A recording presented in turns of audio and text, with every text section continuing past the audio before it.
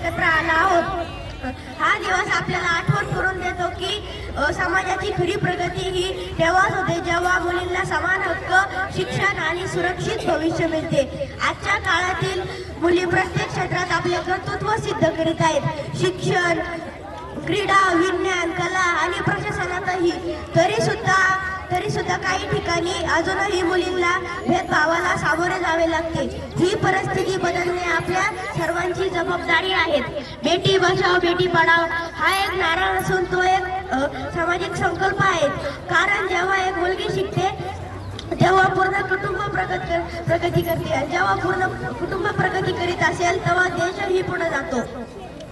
आपण बाल दिन 2026 रोजी आपण बालिका दिन 2026 रोजी आपण हा संकल्प करूया की मुलींना समान संधी देऊ, त्यांच्या स्वप्नांना बळ देऊ आणि त्यांच्या अन्यायाविरुद्ध उभे राहू। शेवट एवढेच बोलून जातो की मुलगी ही ओझे नाही तर देशाची ताकद आहे। धन्यवाद।